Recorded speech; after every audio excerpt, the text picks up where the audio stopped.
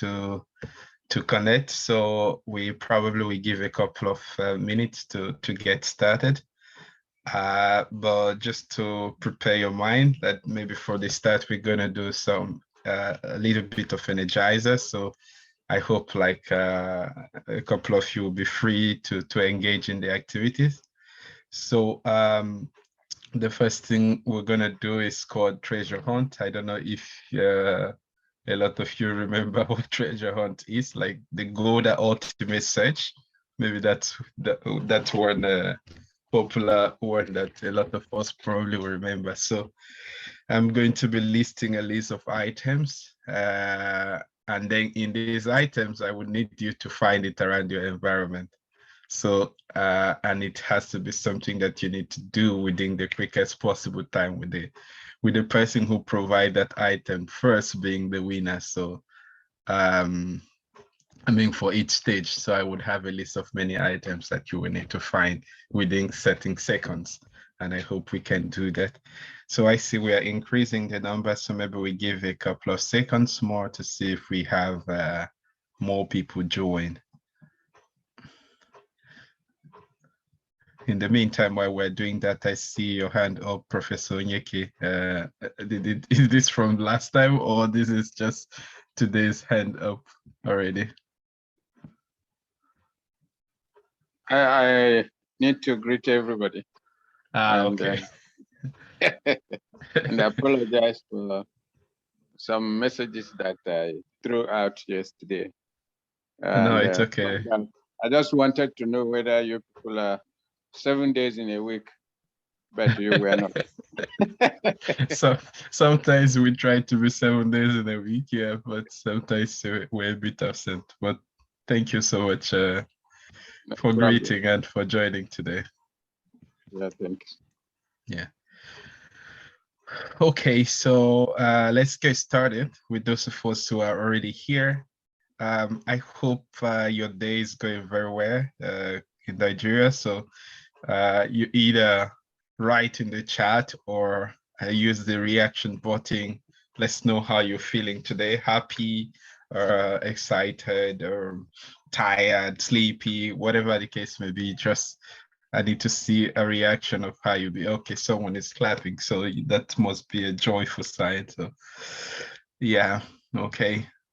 People are feeling cool, excited, celebrative. So that's really good. So that makes me happy to be starting the day, because if people are sad, then it's a bit difficult to to do the sessions. But I see people also laughing, so it's a good day.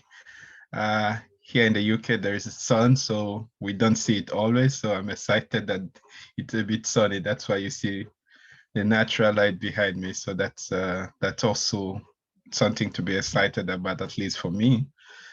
Yeah, so we're gonna start our treasure hunt. Who is ready to do that? A thumbs up if you're ready to do a treasure hunt. Okay, I see Robert. Great. Right. So the first thing I would like to have is a white item. Anything white around your corner or in your room, who can produce. You can put your camera on because I need to see that you found the item. Okay, that's easy. Smith got one. Yeah, Joseph had an earpiece. No, that's a soap or earpiece. Okay, yeah, it's an earpiece. Yeah, I see. So only Smith and Joseph found theirs yet. Let me see, also found something. Great. Already Professor Nyeke is it's wearing a white cloth, so it counts as well. And I see Dr. Emmanuel. Perhaps just for this exercise, I'm going to activate the mic of everybody, so you can let us know if you found it. Okay. The next thing. Okay, that's good. I see a lot of you found it already. So white was easy to start with. Okay, so the next thing we can, I would like to see an item a yellow item, something yellow. I found it. Oh, that's easy. That's a sharp right, a hanger, rabbit, sweet. Ah, you guys are really Yellow shirts. Zigwai. Yes. I have a yellow shirt here. Oh, you have a yellow shirt, Moses, I see.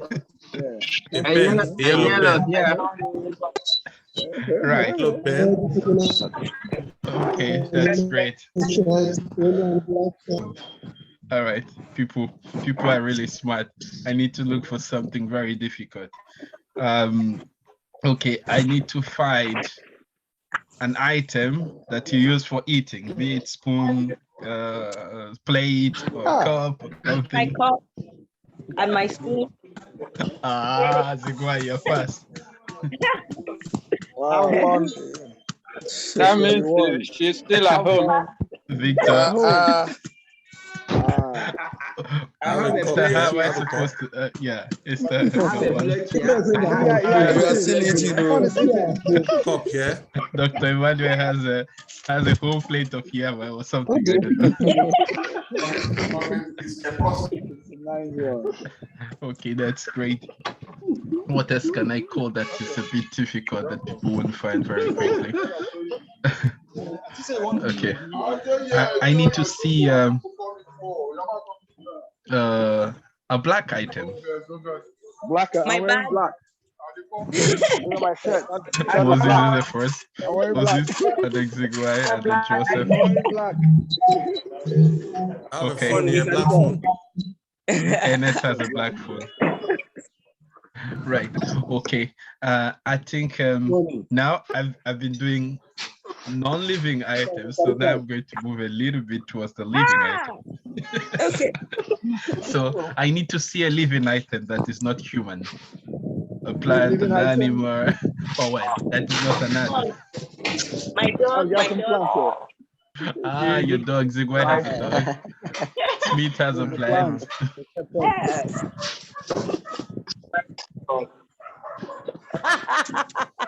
So we only have Zigwai and Smith who have living items. There's a plant here.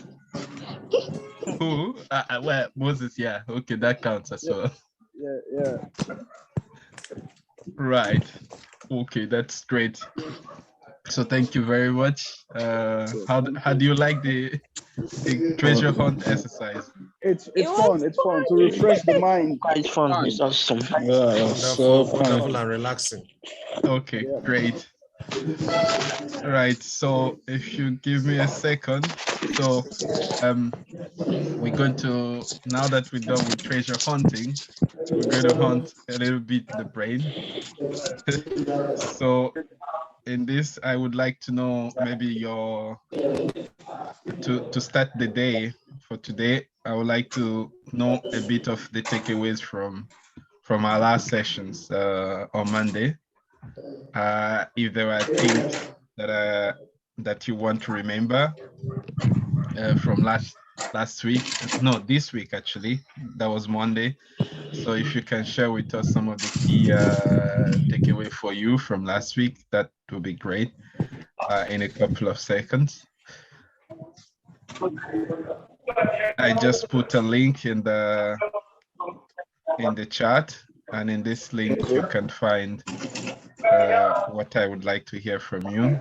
Quick key takeaway from Monday, one sentence, one word that expresses what you remember from the last week.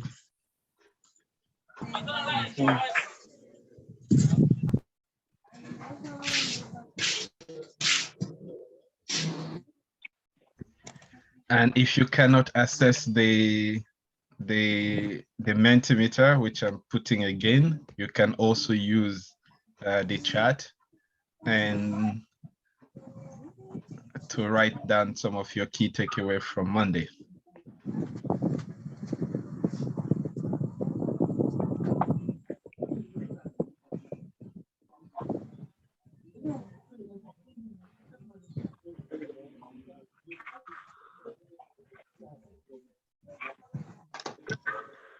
Okay, so while we still have the microphone privileges on, I can take maybe a few comments from people who have already written down something, who would like to share some of the key takeaways they've written down from Monday's session. I see if you could raise your hand. I see Dr. Emmanuel.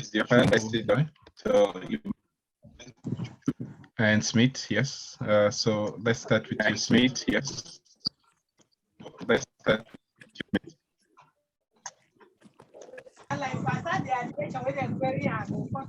Smith, you're muted.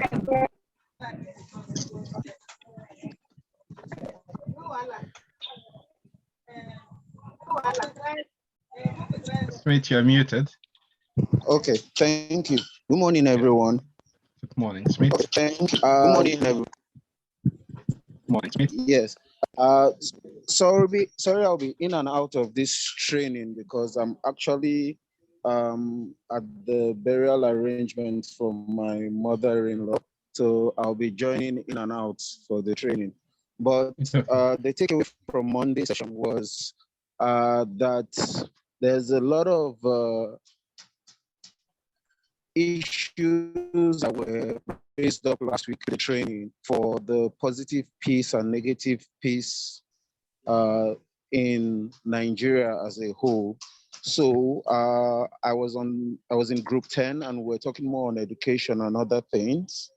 So we talked about cultisms, we talked about productive use of the internet, which are a major factors that affect the Nigerians in even in the conflict zones and in the zones that have peace as well. So looking at various ways of synergizing and turning the conflicts and violence and negative use of the internet into positive use was what I took away from Monday's session. Thank you. Thank you, Smith. Okay, I would maybe like to hear a few more comments. So I don't see any lady yet, but I will come to the ladies if anyone decide to speak. So I would take you, Olisa Solomon. Yeah. Good morning. Good morning, Olisa. Yeah. Mine is like contribution, and then I want to point out some specific issues that was discussed then on Monday. You know, mine is about poster homes. You know, when we talk about education, or how education is connected to positive peace building, you know, we've all forgotten to inculcate the upcoming kids that have already found themselves in all these social vices. And at the end of the day, they have been taken to poster homes, juvenile homes. Do you understand? Are we together, sir? Yeah. Yeah. Now, those ones that have been taken to the poster homes for rehabilitation, it would be a very good one if this positive peace initiative is being given to them. The education is being given to them. You know, we try and organize classes with them, try to put them through about how to behave in the society, and then we put them through on how you can bring in education to change their perspective about life in general. I think with all that, we'll be able to create a positive peace platform, and then we'll be able to gain more peace in the society than violence. Thank you. Thank you so much, Solomon. I would take maybe a last contribution for this session, and the rest of you, please feel free to use the chat or the link I shared, the Mentimeter link, to share your contribution. So I take Zigwai. This food is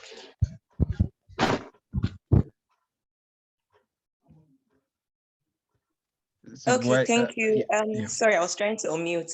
Okay, Yeah. so for me, I understood that it's very key to start engaging our young from the family circle, because we do not expect that just as an adult, you try to push certain things or teach certain people certain after they formed their own ideologies or values. So it's very important to start getting young people, children, to understand mutual respect, to understand valuing people's rights, as well as understanding that everybody has an opinion and a voice, as well as listening to one another and trying to settle issues such as minute things like who owns what book, what goodie or something, and then also inculcating things that people can relate to, even within communities, such as maybe theater, drama, music, to show practical examples of how we could build peace within ourselves, especially in communities where a lot of times they are being used or yes, manipulated for issues that escalate negative peace. So yes, for me, it's education and helping grow young people, children and communities through relatable things. Thank you so much, Zigwe. Yeah, so I mean, I like your point because it's actually pointing out to the direction of where we'll be going today and what we'll be doing this morning through the afternoon, which is about participation and collaboration in the learning process and how we can foster those aspects in the learner. So be them young people or adult learners who are engaging in peace frameworks, but also in other sectors of learning and action.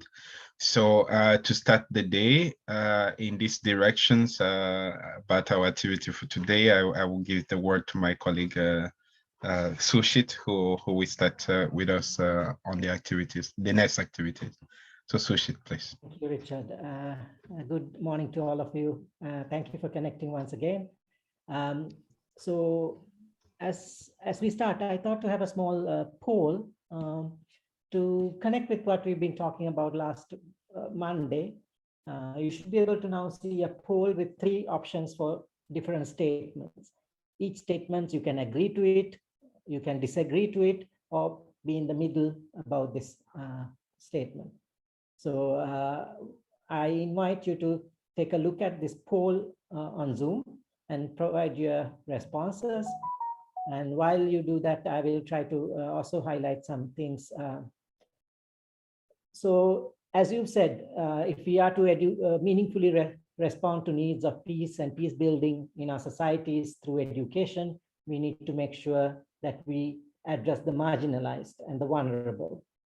But something I want to flag in that process from what you've said, building on what you said, is that marginalized and vulnerable might not be sometimes in the context of, for example, violent extremism, might not be the most obvious ones. So it might not be the street kids, or it might not be the children in the orphanage. In the case of violent extremism issues, for example, some of those who are taking leadership roles are sometimes engineers, educated, those who have economic background. Not always is it that they are driven by economic reasons or social isolation or social deprivation. Sometimes it's ideological, right? So that we need to be understanding when we are addressing issues of violent extremism, for example, that vulnerability can be not just those who are in these social situations that are vulnerable, but those who find that their identity or belonging to the community is not taking place. They feel their identity is somehow threatened or trampled upon, and this is what drives them, and they might not be economically vulnerable or other ways deprived necessarily. So we need to be looking at that in a broader sense.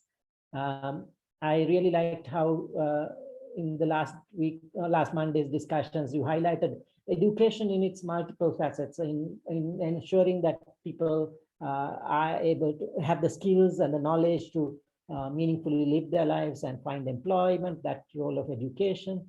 At the same time, you highlighted the importance of, I think one of you highlighted the importance of moral education, So where do we talk about what is right and wrong, and having that opportunity?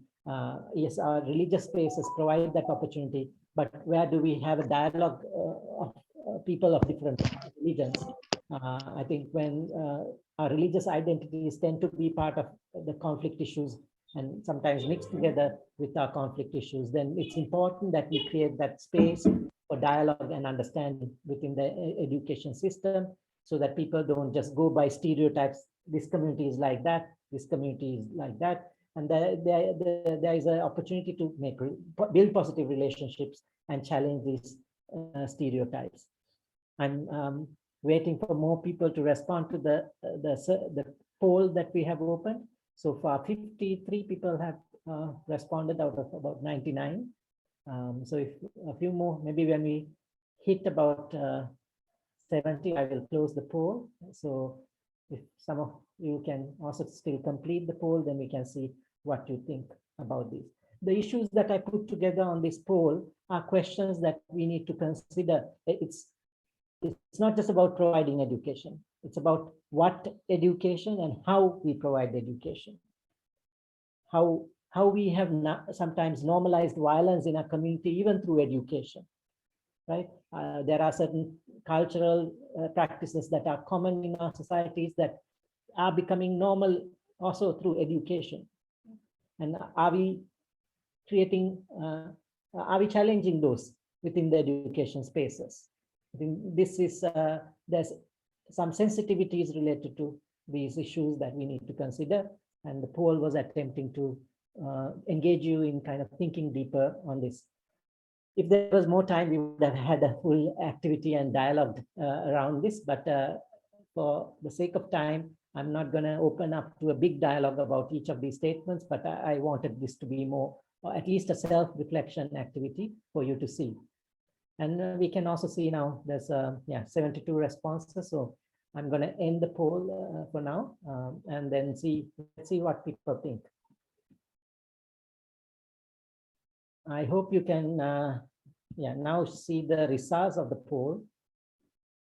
So if you take the first statement, spare the rod and spoil the child. In a way, a statement that can be controversial in that it's often used to support corporal punishment, although there are other interpretations to it, but sometimes people interpret it as a way that it justifies corporal punishment also. And in terms of this particular statement, I see 50% of you agree to it, 14% are in the middle, not taking either agree or disagree, and then 35% disagree. So I leave it to you to reflect on what does this mean. We are not going to engage in a dialogue right now, but consider what does it mean? What does it mean in terms of your own thought? And what does it mean as a community of people looking to build peace? These are the opinions you have. These are the positions you've taken. Education supports equity and equality. Here it's a very different response. Almost 97% agree to that statement. 1% is in the middle, 1% disagrees. It would be very interesting to hear what the person in the middle and what the person who's disagreeing think as well. But why you can consider why will they disagree to this statement, while majority of you overwhelmingly agrees with that statement. Third statement, social issues that are sensitive and hot should be avoided in learning activities as they can create negativity and disunity. This is often a challenge in our work in peace building, that how critical do we get in talking about what's happening in our societies. Some people prefer to be very conservative, only talk about unity, diversity in a very positive way without talking about the challenges. So which issues are sensitive and which are okay to engage, and to what level do we engage? What way do we engage about these issues with the learners? These are things that we need to consider. I think personally, more engagement in safe spaces, in safe approaches is better than less, because even if we do not create that space, they will learn from whether it's the social media, whether it's what's happening on other types of media. they will hear about these issues. Children and young people often already hear from different sources. So personally for me, creating a safe space where it's facilitated dialogue can happen about these sensitive issues is better than trying to avoid them. Of course, in certain contexts, we try to avoid creating further harm, and then it might not be appropriate at that particular time or with that particular age group to approach a certain topic. So that has to be decided at the local level. But we need to also be open to engaging on social issues, not a blanket, no, we are not going to talk about anything in society. When there's elections happening, when there's election-based violence happening, we can't be talking about 100 years of history. We need to talk about why is this happening. I think that type of education is transformative, and how do we create that spaces for learners to critically look at what's happening around them is important. Next statement reads, to live peacefully, we need to always agree. Again, it's almost equally divided, 26% agree to that, middle 32%, the disagreement 42%. So do we need to always agree on, is that required or not? That's, again, I'm not going to go into all the details, but for you to think, and if you have a strong opinion, you can use the chat to share as well. Statement 5, interreligious dialogue should be left to the religious leaders. About 70% of you agree, 20% are not sure, but then 61% disagree that it shouldn't just be left to the religious leaders, meaning, I guess, that there is a role for others to play in interreligious dialogue, creating dialogue among people of different religions. So what is the role of education in creating that space? Dialogue is, I think, something to consider as well. Number 6, education should prepare children and youth to be peace builders. About 99% agree, 1% is in the middle. There's no disagreements for this statement. What does it mean? Education that prepares children and youth to be peace builders, not to just understand peace, but to build peace, which I think are two different levels. Understanding about peace is one thing, but then actively building peace in our society is going beyond that. It requires additional skills, additional knowledge, how to be sensitively doing that. So what is our ultimate goal? Is it just to educate people, this is peace, these are things we need to consider about peace, or are we really empowering them to work together to build peace in our communities, address the issues that are preventing peace? So this is also part of that role that education has to play and the vision of education that we have. So are your programs just creating awareness about peace? Or are you really empowering children and young people in your communities to build peace? Are they actively contributing to build peace? Or is it just awareness raising?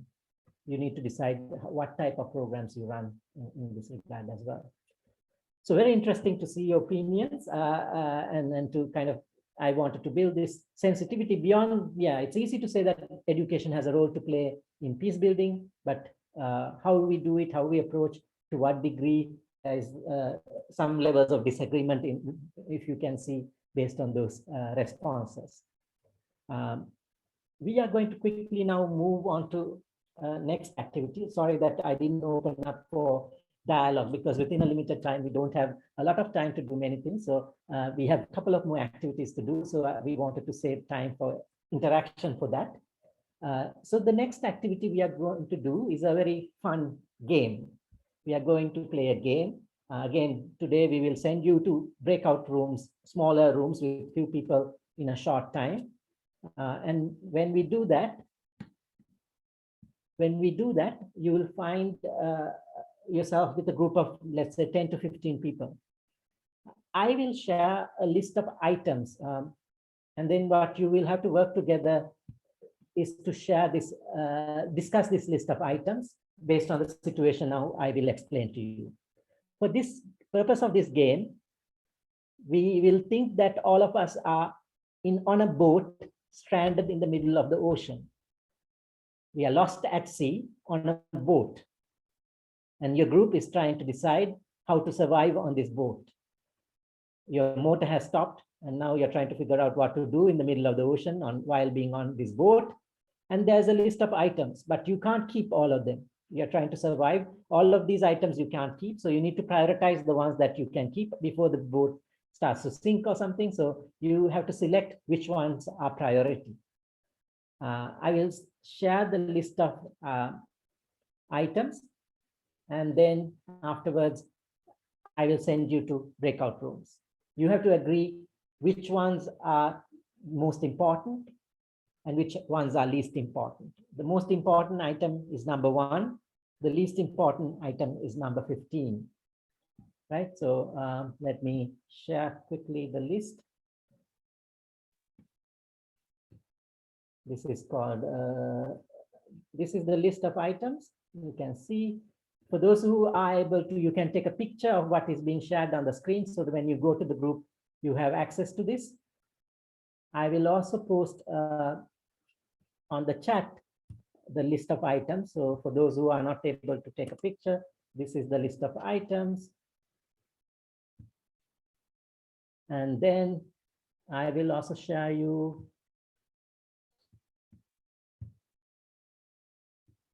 this item on a Jamboard for those who can.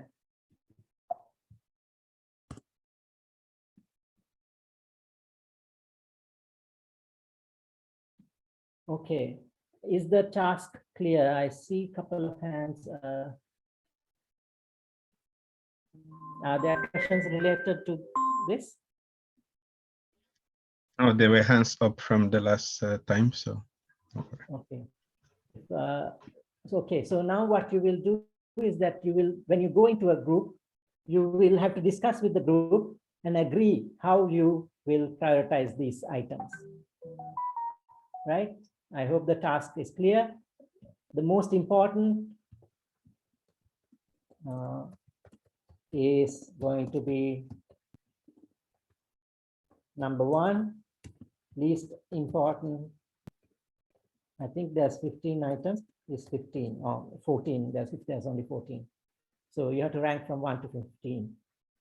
If you have taken a picture of this list of items, that might help in case anyway.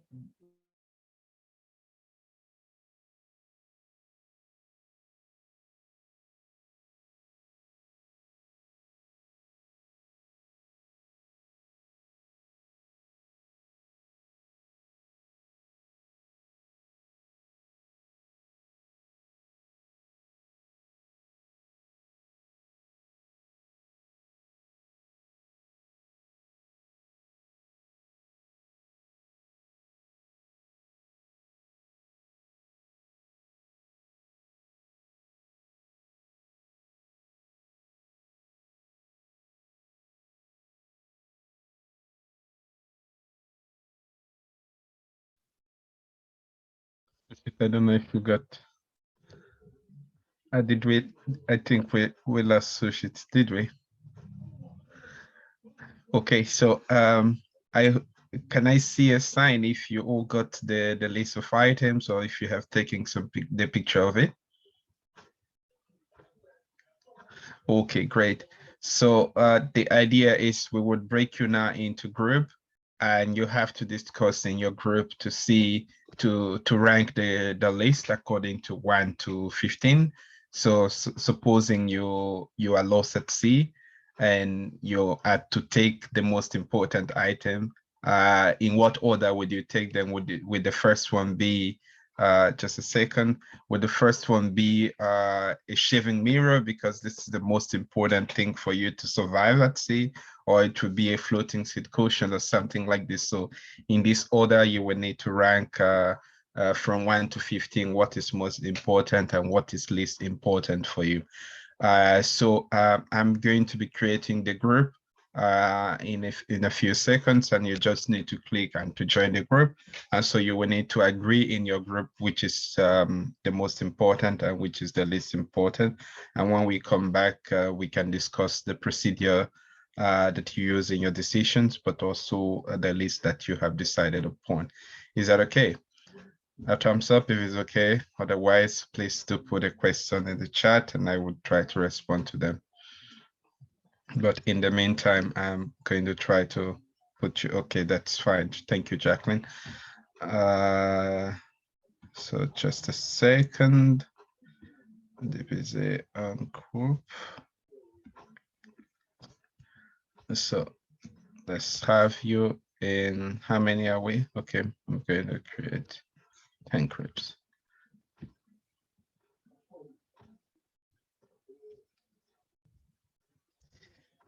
Yeah, you needed to take the picture on your phone, because, or you use the link that was pasted in the chat, but I'm going to share again my screen.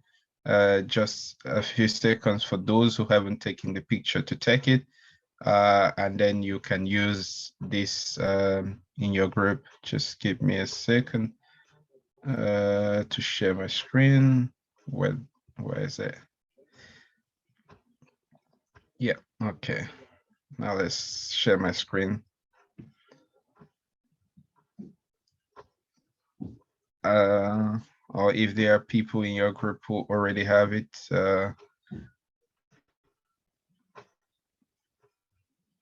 yes, partage. Okay, please do take a picture, and then I would try to go out of this. Yeah. So these are the lists from 1 to 15, and you just need to work in your group in this sense. So if you take a picture, and then I can put you now in the group. Oh, sorry. We have you back. Yeah, so even one person from the group having it is enough, if not everybody. So I think we go to the groups. If you have it, maybe if you don't have it, a colleague will help you. It's also in the chat. Otherwise, if we wait, we will lose a lot of time. So the breakout rooms. I can create that. Open. Okay. And then please join.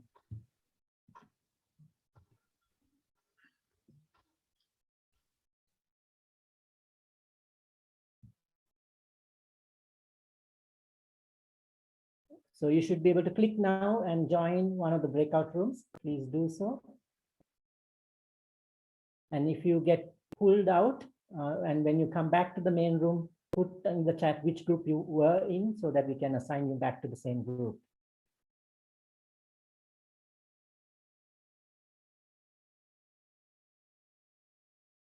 You have 15 minutes.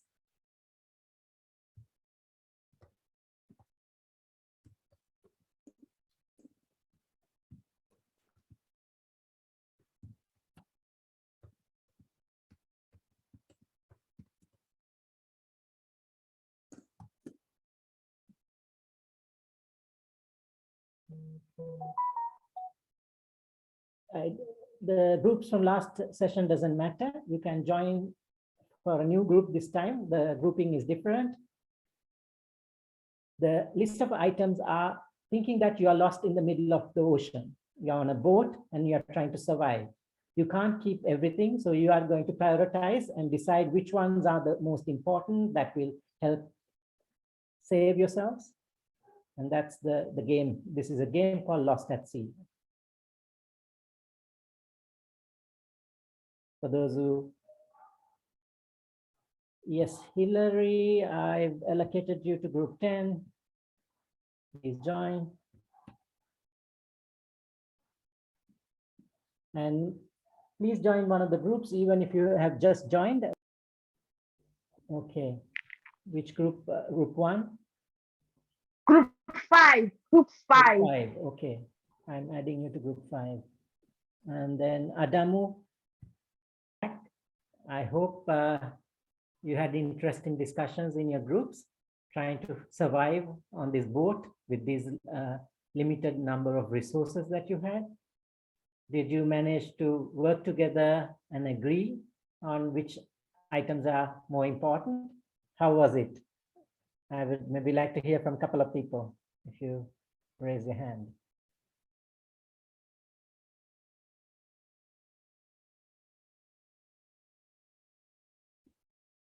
Okay, Rachel, please. How was the activity, Rachel? Hello, everyone. It was very interesting and challenging, actually, because different people want different things immediately, but it was wonderful. We're able to arrive at a conclusion at the end of the day. Thank you.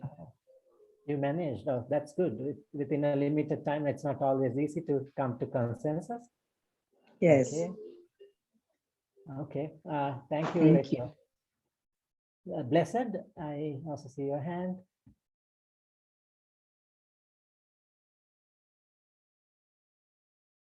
Blessed Peter. Actually, yeah. Good morning, everyone. Can you hear me? Yes, we can.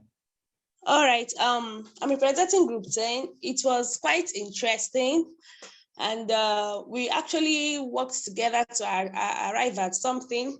Though most of the items there were unfamiliar to us, but we're able to come up with the things we would need to be safe at the sea.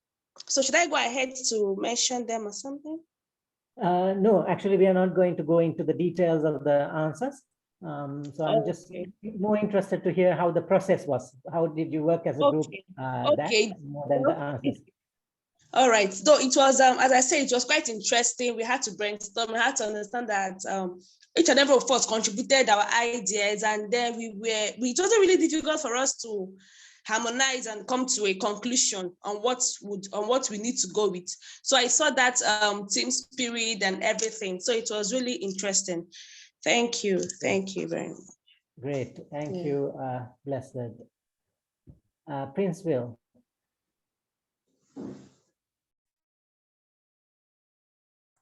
Hello, yes.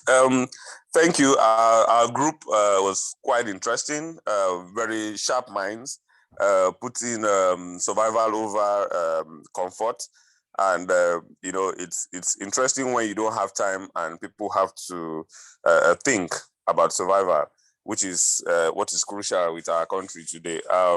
Crimson and Dr. Abdullahi and other Emmanuel, other members of the team brought very fantastic idea. It was quite easy for us to resolve what would need the most if you're shipwrecked, because first of all, we had to prioritize our interest, which is survival.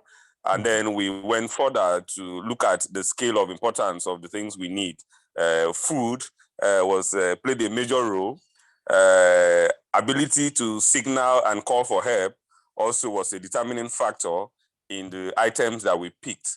And we also looked at the functionality of some of the items that were listed.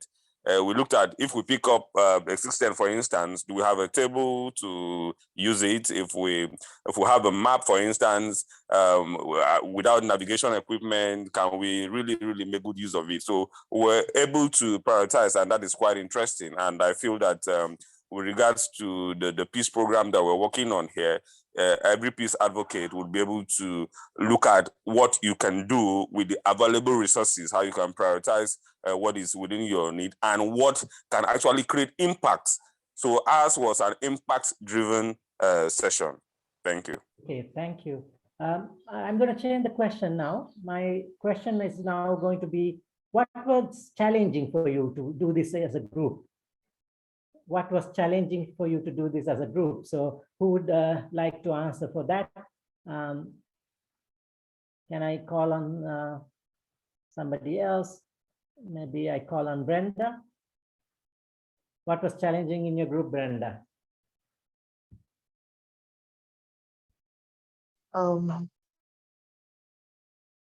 Yes, go ahead.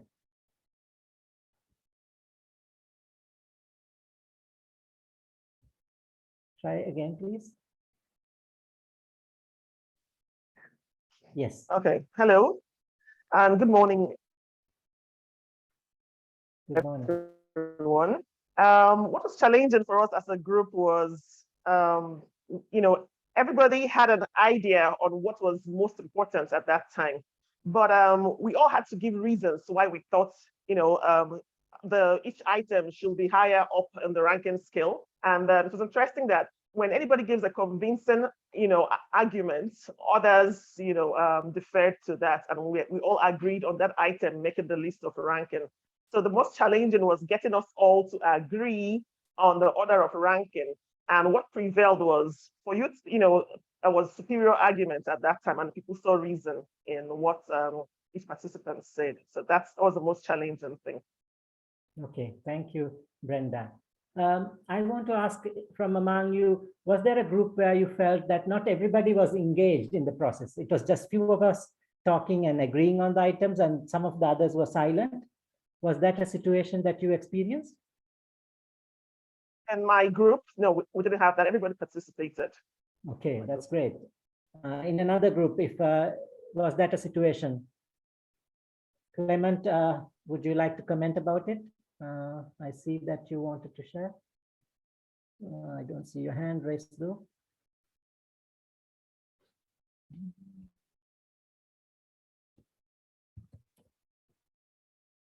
Clement, would you like to share about what happened in group 4? Yes, it was very interactive and understanding and accommodating. Our group leader was very brave. There seemed to be misunderstanding or of any item that ought to be prioritized. He will go over the group again and then accommodate whatever, and then readjust the item that should take priority.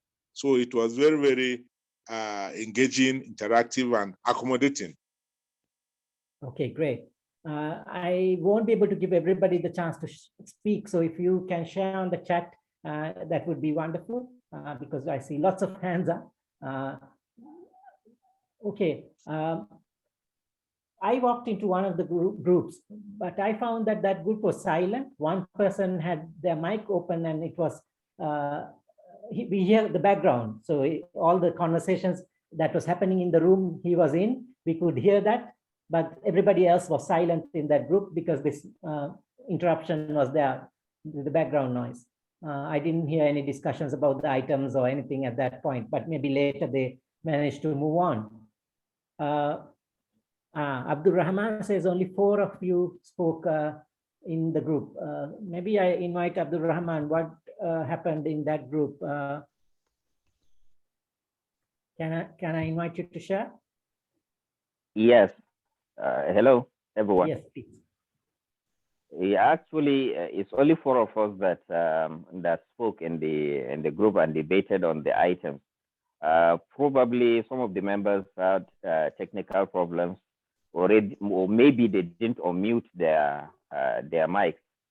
Probably that was the case, but only 4 of us were interacting, 2 female and I and another person. Thank you. Okay. Yes. So we played this game to kind of figure out what is participation.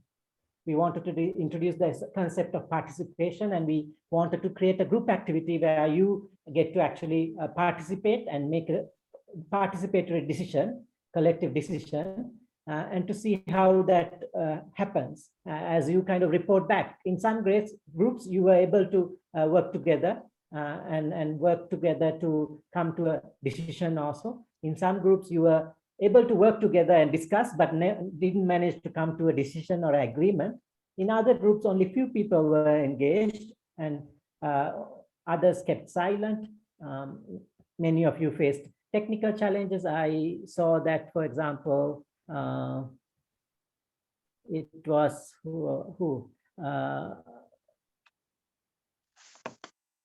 a gentleman was not able to join any of the breakout rooms, even the groups he couldn't join. And he was sharing that he felt left out, and he felt very much left out because he couldn't join the groups. The technical situation on Zoom didn't allow him to join.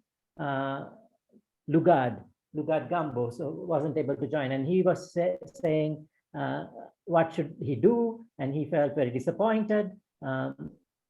It's a shame that I can't join any group. Hope you carry me along. That's what he said. So I want us to reflect on 2 aspects. One is participation. The other is that goes hand in hand with participation, inclusion, right? If you do not include all, not everybody will participate. Sometimes there's barriers. So in this case, technology was a barrier for some to be able to participate.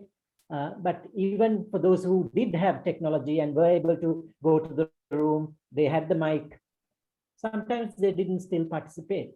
Why was this? What limits our participation? What can impede on participation? Anybody who wants to share? I would like if you can lower your hands and raise them again. So I don't know if the hands are for this round or before. So what helps us to participate? What limits us to participate? This is the question. Who would like to share? Can I invite Sadia? Would you like to share, Sadia?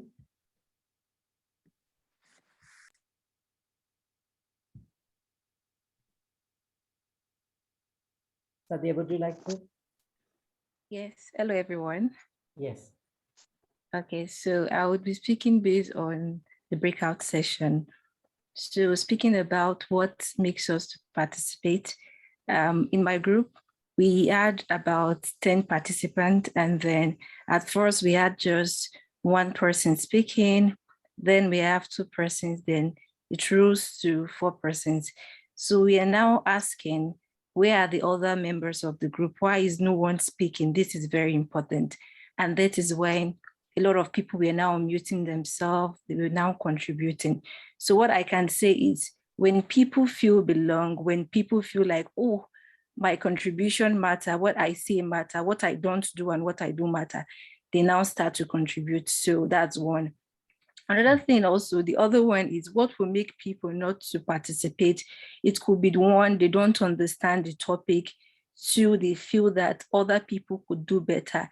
Let's have the right mind, the people who have the knowledge to just do it. And thirdly, it could be that there's been limitation within where they are, so they cannot show up. Thank you. Exactly. Thank you very much, sir. They are very important points. Can I go to Crimson next? Hello, everybody. Thank you for the opportunity to speak. Well, for participation, one thing I know that might affect it is when you walk into a room, you tend to read the language of the room. And if it's someone, if it tends to be accommodating, you find yourself on loosening and joining in. That's like breaking the ice. Like the experience I had with my group, we are all open. We all had this respect, mutual respect for one another. We all knew that everybody's opinion mattered and counted. And we found that everybody was just ready to share, ready to give their own bit. And where it was so easy, it was as if we've known for like eons of years. And it was so easy to come to an agreement of what to take. So for participation, is more of when you have a mutual understanding and respect for one another, it's very easy to drag the next person into sharing your opinion or understanding why your opinion is what it is. Thank you. Thank you, Crimson. Yes, so I hear so far things about the environment, whether it feels safe to engage, welcoming environment makes people participate, and there is something exciting and there's good energy, people like to participate. On the vice versa, if it's awkward and strange, people will go silent. People also like being recognized for who they are. When they feel recognized, when they feel that they belong, then they will participate more. So then I think there is also structural issues of resources, in this case, technical issues that can make people not participate, etc. Smith, I see you also hand up. Can I invite you to share? Where is your hand? Okay, Smith, if you can pass down. Okay, thank you. Good morning, everyone. Oh, sorry, good afternoon here in Nigeria. What I would like to share was that, like, in our group, I think we had a little bit of technical issues. I think I had some on my end, but what I noticed in our group was that, like, a few of the people were a bit on the domineering side, like they were not muting and unmuting their mics to hear other people. So you had a lot of people talking over each other. And I wasn't able to pull their attention to the fact that, like, the list that was pasted actually had like a sequence and an arrangement in order of priority. Some of the things that were listed follow each other in priority. Let's take, for instance, the food, the army ratio, the water, and the shark repellent were close to each other. The next in line were certain other things that were important. And again, one thing I noticed generally for everyone here is Pascal, we sorry. don't. Yes. I interrupt you because I don't want to go into the items list and everybody. No, go I'll back stop to the item. I want to generalize. Yeah. Like, a lot of people don't listen to the instructions. Like, you had questions coming up. Are we using a boat? What are we on? What is our expectation after we arrive on land and everything? You gave specific instructions on survival. You did not specify either on land or on sea. So we need to listen to instructions and follow instructions and guidelines. That is what I wanted to say. Okay. Yes. So sometimes the challenging is the clarity of instructions received.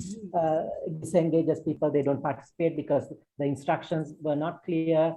So these are important considerations to make when we think of participation. So participation is very important if we are trying to think about peace, right? So if we want to engage with the approach to peace building that includes everyone, we need to make sure that the opportunities we create are participatory. We can't just keep doing lectures and expect people to change and transform and there to be peace. Lectures is not going to build peace in our country, right? So our educational approaches need to be diverse, more dynamic, more engaging, more participatory, more collaborative, more dialogical. How do we do that is an important question. So that's the main thing we want to highlight in this part of the session. We will try to keep highlighting ways of doing it. Tomorrow also, we will talk about very participatory approaches so that children and young people lead projects and take initiative, and we create that space and structure for them to do that. But for now, I'm going to invite Richard to take over and to take us to understanding participation at a deeper level. Richard, can I hand over to you? Thank you so much, Sushit, and thank you to all of you in participating in this section. I think it was really engaging. I moved around in a couple of groups and had to come back here to see how the process has evolved, because I really like the argument that my group were having around the issues.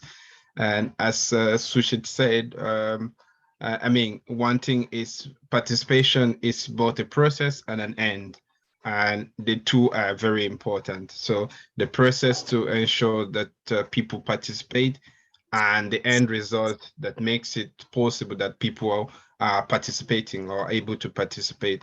So when we design our process, when we design our activities to engage people, especially in peace building, but also in other aspects of learning process in society or in the school system, how do we building this process in the activities or in the learning process in such a way that we create that space, but also at the end that everyone have the opportunity to participate in one way or the other. And this is why we don't normally start the sections by bringing you a list of slides or opinion and telling you this is what you need to do, how you need to do it, but rather we create the space that gives you that opportunity to engage, to bring your own contribution to the table. Even though because we are so many, usually the sections are more engaging than this, but because you're so many, we try to create enough space for everyone to participate in one way or the other. And that's why we encourage you to use the chat. We use the Mentimeter options, or we use sometimes let you take the mic to speak, you know. So you need to put all this thing into thoughts when preparing your participatory approach in either your PEACE activities, but also in learning in schools or in your non-formal activities that you would do as rotarators, or whatever space you're going to be using your actions. So we have what we call the Roger Hart's ladder of participation, which kind of specify or kind of list in order of ranking how participations are usually done in society, or some of the ways that we see participation in society. And perhaps to go into that, I would like to launch maybe a kind of a poll that to see what you understand. I mean, these are assumptions or a way that we understand participation, but we'd like to see in your own understanding how we see participation. What is the highest level of participation in your opinion in this list that I'm going to provide, and what is the lowest level of participation? And perhaps then we can talk after this ranking exercise how we can foster each of this level according to our interest in society. So Shit, is it possible to launch the ranking for the ladder to you? I'm getting an error on it for some reason. Are you trying to launch as well? No. Let me try again.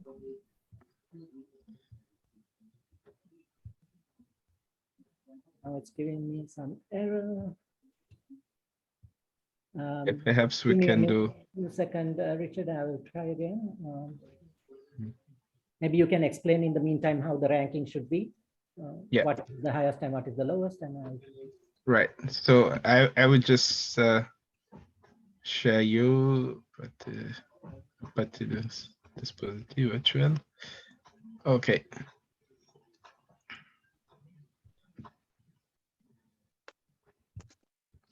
So yeah, so these are perhaps the list of items or areas of participation that we see in society, either participation that is mirrored around decorations or tokenism or initiatives that are led or started by young people, but decisions that is shared with adults.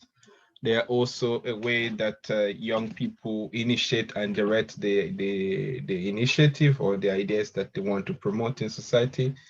There are also a form of participation that is a way that is consulted and informed.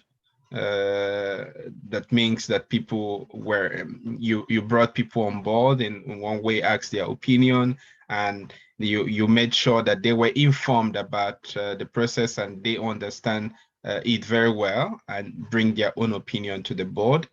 There is also a kind of participation where the adults initiate the process but share the decisions of what to do finally with the young people. So it's adult started, but then the decisions on what to do and how to do is shared with the young people themselves.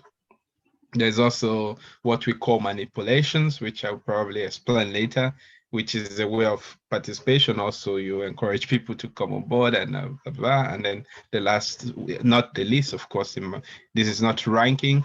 It's a way that is assigned but informed. So you give a role to someone to do.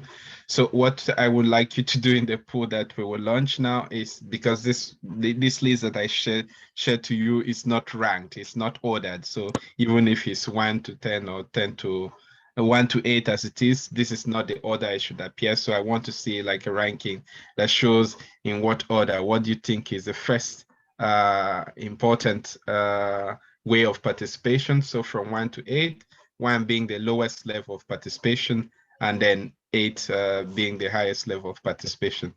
I don't understand what is happening to the screen.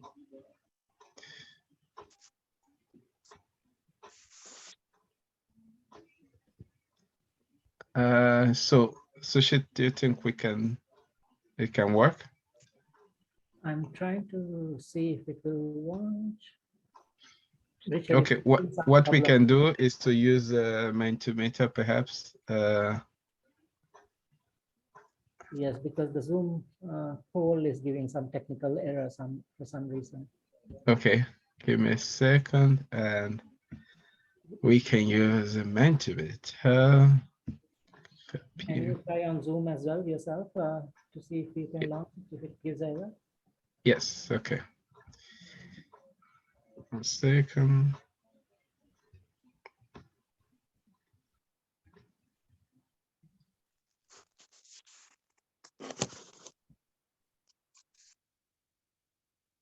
Sometimes participation, trying to engage you means that we need to do things in before and create these polls and things like that, and they don't always go. Okay, I think it's launched. I launched it. Can you see it?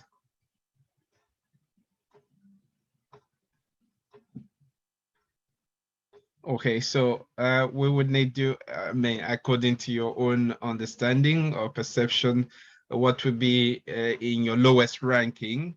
This should be in your number one. What would be your lowest ranking in terms of participation? These are all forms of participation, by the way. But then in your own opinion, which is the lowest? So the lowest would be number one, and the highest level of participation would be in number 8. So if you had to rank from the lowest to the highest, what should be the first? Is it manipulation or decoration or tokenism, or is it initiative that are led by or youth initiated and directed, or is it initiative that are adult initiated but supported by young people or with young people? So as the case may be.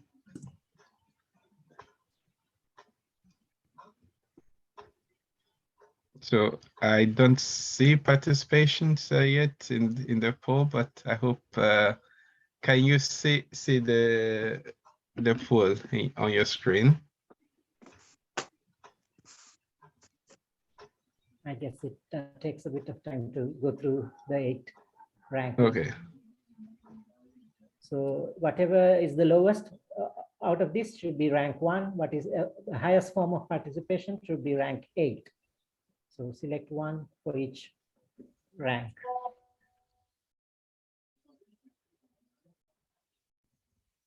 Yeah, okay. Now I start to see them coming. So there is a few of you who are responding already.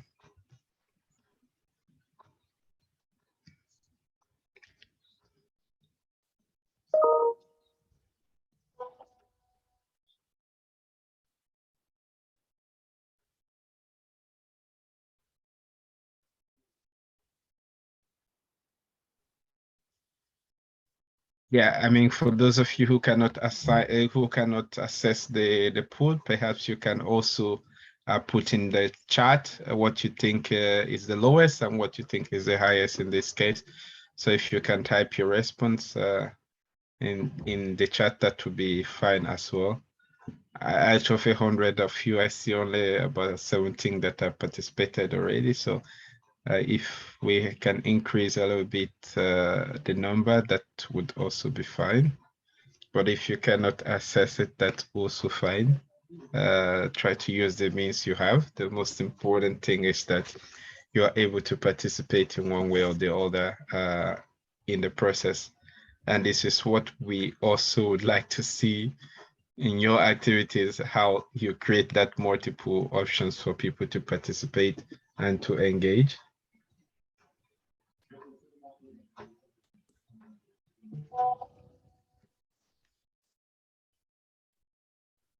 Yeah, so let's see.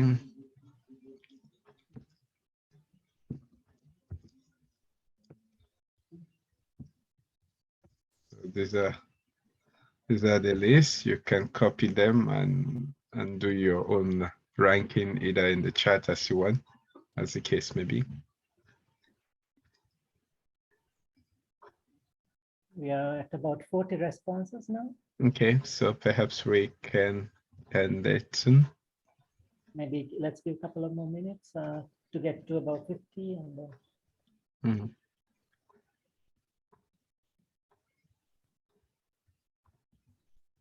yeah, I see quite a few coming in.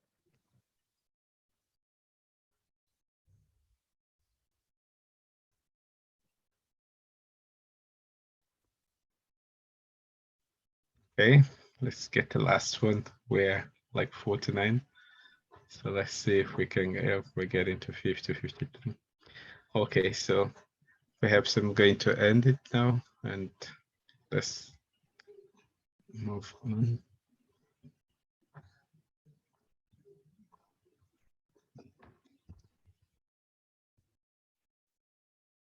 Let's give 10 seconds so that it's fine. Okay, perfect. Yeah, I'm sorry. Yeah. I hope we can. So if you can see the result that we have done. Assigned but not informed manipulation. So yeah. Okay. Yes, so somehow we do have a bit of different opinion as to the level of participation or how participation should happen in society. What I can do is I'm going to share you what we call the Roger Hart's ladder of participations, which also kind of rank it a bit different from what some of you had. But of course, I think some of you probably got the ranking in the best order possible, identifying what are lowest, but sometimes the order in the ascending is not completely correct. But anyway, that was a good trial. But to see that these are different ways that people assume or consider participation in society, and something that we sometimes need to pay attention to when we are doing this classification, either on ourselves. Is it as a way to make us feel like, okay, we have created a space? We sometimes say we organize things and then we bring people and we say, oh, we had an activity that had people involved, therefore this is participation. But is this really participation? So these are questions we need to ask. Sorry, when we're organizing. So yeah, the first level. I don't know how many of you got it in this case. Manipulation, which will be something that is adult-led activity in which the young people are directed without understanding the purpose of activity. Like I said, you probably organize event, and just because you need to be media correct or politically correct, you bring some young people and put them in the front level, maybe take some pictures, some Instagram photos, and you say, oh, we had an activity and we had children and young people involved. There were women and all people from all religion or side were involved. This is only a way to just show to your audience or your population that we actually had some people participating. But in actual reality, this is manipulation, because the people you have invited either don't understand the purpose of the things you're doing, have not been given the space to engage, had not been listened to or brought in a way to contribute in any way meaningfully to the process or the result of what you have. So we use this kind of activities sometimes as a way of participation in some contests. There is also what we call at the second level, which is decorations. Again, like manipulations, they are adult-led, in which young people understand the purpose, but have no direct input in how they are planned. So for example, sometimes you have like the political participations that we have in some places, that is important to elect the right leaders and to put the right people in the right places. But sometimes they don't necessarily have the input, the capacity to impute in those processes, but they know that this is important. And you make them understand that this is important, and you bring them in just for this purpose, but they don't necessarily have the power, the resources, or the capacity to influence or to impute in that process. And then there is a third level, which is called tokenism. Again, like 1 to 2, it's adult-led activity in which you can engage young people with minimum opportunities for their feedback. Let's hear some opinion from you, and then you share they share their opinion just in the minimum way possible. But then how the opinion are used at the end of the day, there's no opportunity for them to have this feedback or to even engage to ensure that their opinion were taken into consideration. As you can see in the ladder, this first 3 level is put in red because it's like red flag in terms of participation. When you do this kind of activities, or when you do this kind of action that you're considering participation, these are not participation. These are like a way of showcasing something that that are not necessarily, in this case, the kind of participation that we would like to see when you do your activity, because these are only brainwashing, or I don't know the right expression to use for them. So when you see this level 1 to 3, this is not what you can consider as a participation, but you can give it whatever name that is possible. Then there is also what we call number 4. So this would be where participation actually begin to build up. Maybe in the order of ranking, we can say then in participation, we'll start from number 4 as being the lowest level, where the activities or the initiative are assigned but informed.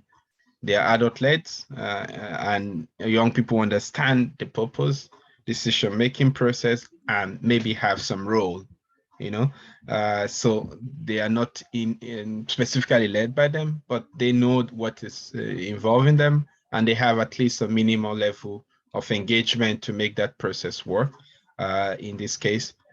And then you get to the 5th level, where you have a way of consultations and information. So they are consulted and informed.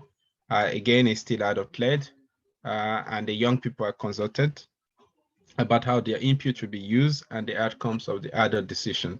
So you can go like, sometimes you have the opinion poll and you say, we want to hear from you. Young people, tell us what you want. And we will use this to create a manifesto, maybe for the next elections. Maybe a political party is doing an audience participation and does this kind of poll or survey, collect the input, and say they would use the input to create an outcome. The young people are not directly the one responsible for the outcome of the decisions that will be taken at the end of the day, but at least the opinion of the young people or the people who had been involved in the process have been using somehow to shape that outcome. So this can be one, it's not the best, but somehow a good way at least to begin the level of participation. And then you go to the 6th level, which is adult again initiated, in which the decision making is shared by young people. So there is a shared engagement here. The young people are not taking the lead, but they are sharing in the decision. So there's some kind of co-decision making process, co-planning, and co-result oriented making process at the end of the day. And you had the level 7, which is youth-led. And this is maybe when you are engaging with young people, this probably is one best way that we can see or rank the level of participation for young people, which is very good, because then it becomes meaningful youth participation and not just the brainwashing or the media washing that you would see at the beginning, but then something that is really led by young people. And this is what I was saying earlier in terms of the process and the result. So how do we create a process that ensure that there is that space for young people to participate, but then at the end of the day, we have also young people leading the process and initiating the process. So this level 7, therefore, is like youth-led initiatives or activities with input from young people. So in this case, you're reinviting the process of participation. And then you have the last process, which would be the highest level for youth participation, according to Roger Hart's ladder of participation, which are youth-led in the decision-making, and that is shared by youth and adults working as equal partners. So that's where co-decision, co-planning, co-creation comes into place. And how do we ensure this kind of level in society? What are the spaces that can foster this level of participation and this kind of issues? So perhaps I would like to take some few opinions, what you think about this, but most importantly, how do we foster this kind of level of participation in the society? What are the tools, what are the avenues that we have in the Nigerian context today that can help us achieve this level of participation, where young people become actively engaged in the peace building process? Of course, when we're talking of peace now, we're not just talking of negative peace, but the positive peace. and that also involve young people being engaged in the development process in their community, fully engaged in employability and all the sectors that you think can foster positive peace in society. So how do we guarantee this kind of spaces in society, or what are the tools that we can create or that already exist that foster this level? I see some hand up. Just a second. I'm not sure how to answer. Let me take Jacqueline.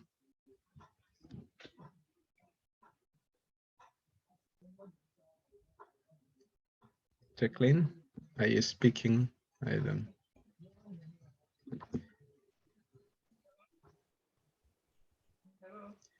Yes, Jacqueline. Jacqueline, your voice is so low. Sorry, I'm having network issues. I didn't catch the question. Okay, go on. Hello. Yes, now we hear you. Yes, go on. Okay, I'm sorry. I had network issues. I didn't catch the question. Yeah, so I was saying this, but you understand the activity now, or the presentation about the ladder of participations, with this number 8 being a highest level of participation when it comes to youth engagement, and number 1 to 3 not being participation, but something that we do as a framing sometimes in society to consider. I'm asking what are the tools or what are ways that we can foster this level of participation in society in the Nigerian context? Okay, I think that.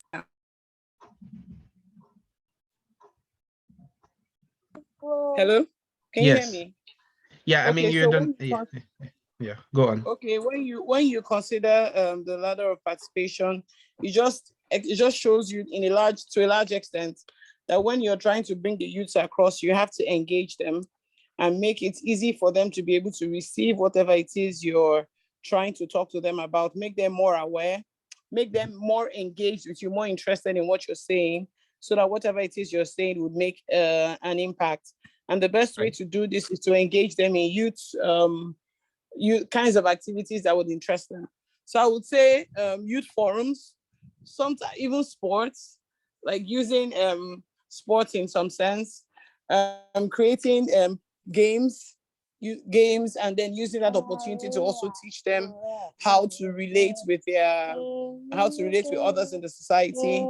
And then even the youth groups in schools, during clubs, most schools have club days. And so using those club opportunities to talk to them and make sure that they are involved in every conversation, in the sense that when you're speaking to the youth, you try to, as much as you can, get feedback at each point. So it doesn't seem like you're trying to impress your ideas without understanding where they themselves are coming from. Great. Thank you so much, Jacqueline. Let me take all the opinion. Michael Onyedika. Yeah, good day. Yes, good day, Michael. What is the question? What I want to contribute to? Okay, so perhaps I'll just leave it to those who understood me for now, and then we can come back to you thereafter, Michael. So the idea is, what are the tools or ways we can foster this level of participation? As I said, 8 is the highest, and 4 is the lowest in this ranking. 1 to 3 in this ranking are not really participation or not considered as participation, but sometimes people do this kind of thing in the name of participation, but these are only media washing or whatever washing they want to do. But yes, let me take Ademu Suleiman Bawa.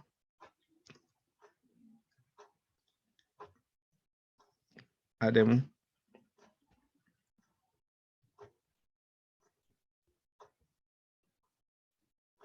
Okay, I don't see. He's raising his hand and mentioning it on the chat. Okay. Let's take you then, Professor Onyeke. Well, first of all, I want to appreciate this kind of exercise because it exposes participants to how we make assumptions when we think that we are getting people involved and we are not. But I would like the exercise to be remodeled in such a way that it has to do with cultural and traditional input. For example, if we are talking about participation of youths, we should gear towards youths affected areas. Because in Nigeria, for example, the adults manipulate youths in political thuggery, but they don't manipulate them into educational institutions because they will know that if they are educated, of course, they will not be available for use for violence and other vices during elections. So I think that it has to be subjective and it has to be contextual. Thank you very much. Thank you so much, Professor Onyeke. I like the idea of being contextual, and perhaps when we go on, maybe in the later form, we're going to talk about this issue of context sensitivity and how this can also help to address some of the stumbling blocks that makes people not to participate. And earlier today, when Sushita was briefing the initial exercise, we had mentioned a couple of things that that happened in our group that made the participation challenging. For example, in this activity, for example, not a lot of people have the capacity to manipulate the computer or to use the different tools that we are providing. So do we take these into account when we are preparing the activities in our own program or in the class or in whatever system that we are organizing? To know what do we do when people are not able to participate? Are there like stumbling blocks, things that are making them impossible for them to participate?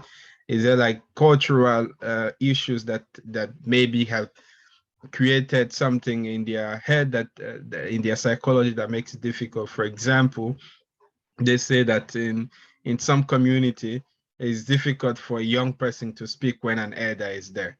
So you cannot speak before your elder. And this happened maybe in some of our societies in Nigeria. So how do we create that space that when you are talking about co-decisions, as we're saying, or co-creation, how do we make it in such a way that young people become comfortable to contribute when they have their elders there with them or something, that they are not feeling intimidated by the presence of the elderly person who is there? So those considerations is important to take into account when starting the process, but also helping that we get to the result that we're looking for. I'll take maybe a last point from Babagana Chida. Hello? Yes, Babagana. My own point is that, we should separate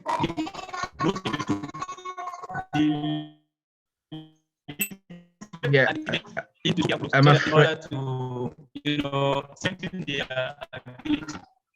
I hear you so badly, Babagana. Okay, you should. Yeah, so I hear you so badly. If you can write in the chat, that would be great. And or when you fix the mic, we can come back to you. But maybe I'll just take very quickly, Bama. I see in the chat that you wanted to speak. Hello. Yeah, good morning. Yes, Bama. Now, we are talking of young adults here, right?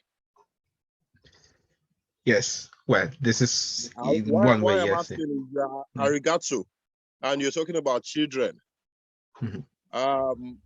But I'm taking it to the level of young adults, say between the ages of 18 to 25. Part of one of the limitations, like you earlier mentioned, was cultural issues. Part of it again is lack of some level of financial freedom. So if there was a way we could introduce tools or processes that could break such people within such age range out of the financial reliance on the older generation, it will help a lot. Because if we are looking at the education thing, it's more like election issues, where it looks as if the youths are being manipulated to achieve certain gains. The major reason why most youths are manipulated is because they see it as a means to an end. So most times it's not as if they do not know that they are being manipulated, but they are seeing it as an opportunity to reach an end. Let's come to the answers issue, which was youth initiated in Nigeria. It was youth initiated, but the problem was that when it came to choosing leadership, there was a problem there in choosing leadership, just because nobody wanted any other person to go and eat from a pie and abandon the rest of us. So when they said, choose your leadership, bring out those who to represent you, we said we do not have leaders, we do not that. So we need a sort of mentorship program. We need a sort of mentorship program that can give confidence to people to step up and take the responsibility. We also need a situation where we can make people build network. Now, why do I say network? For instance, part of the fear again was that if I stepped up as the leader of this group, or if I came out and stick my neck out and I got arrested, I wouldn't have people on the outside to speak for me. Meaning you lack the network, you lack the necessary wherewithal to project your voice and all of that. So we should find ways to make people comfortable in the fact that they have people who can stand for them outside of it. Now, Thank you. Yeah. Okay. If you could wrap up very quickly, so I can maybe give Crimson the last word before I conclude this part, Baba.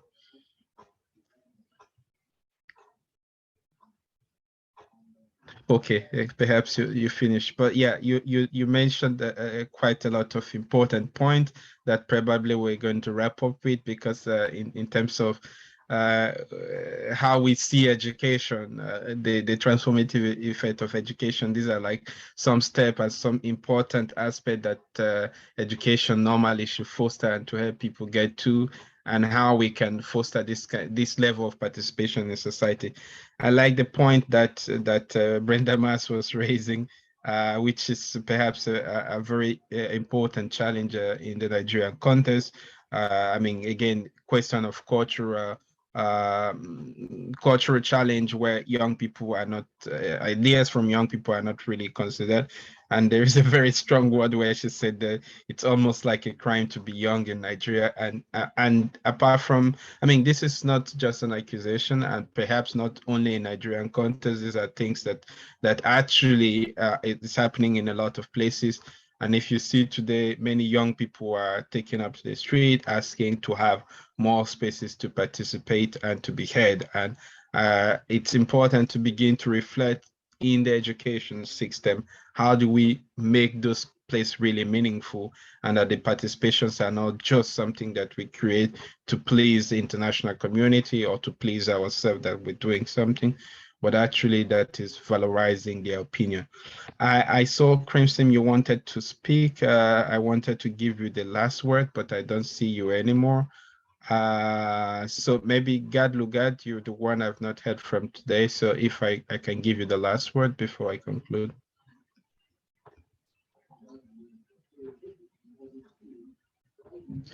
Yes. All right, thank you so much. I appreciate it. Though I've been typing, should in case I didn't get called.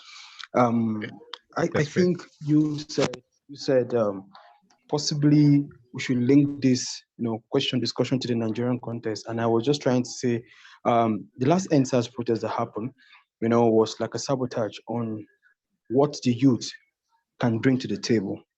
Because you see young people with desire to bring change, but their efforts are sabotaged. Funny enough, you see another youth are used, manipulated, to spoil the intention of other youths, which spoils everything. I don't want to say this, but there was a there was a trending statement in the country about how youths were lazy and incapable. But the truth is that's not the truth, because we see a lot of youth embracing opportunities like Tony Elumelu's project and other projects like that coming up. You see youth with ideas and desire to create change, but the platforms are not available. Patriarchy in the world politics, we know, is normally dominated by the aged people. So when a young person invested time and energy into, self-investment, which should be benefited by the entire community, even by the aged people, but yet the people in that power are refusing to give space in the name of the youth are not ready or the youth are not oriented, which this platform that you created, I believe the bulk of us that are participating are within the youth age range. So you cannot tell that you will see a proper participation in a country like ours where the youth are not given the opportunity to participate. Thank you so much, I don't know. Lugard. Yeah.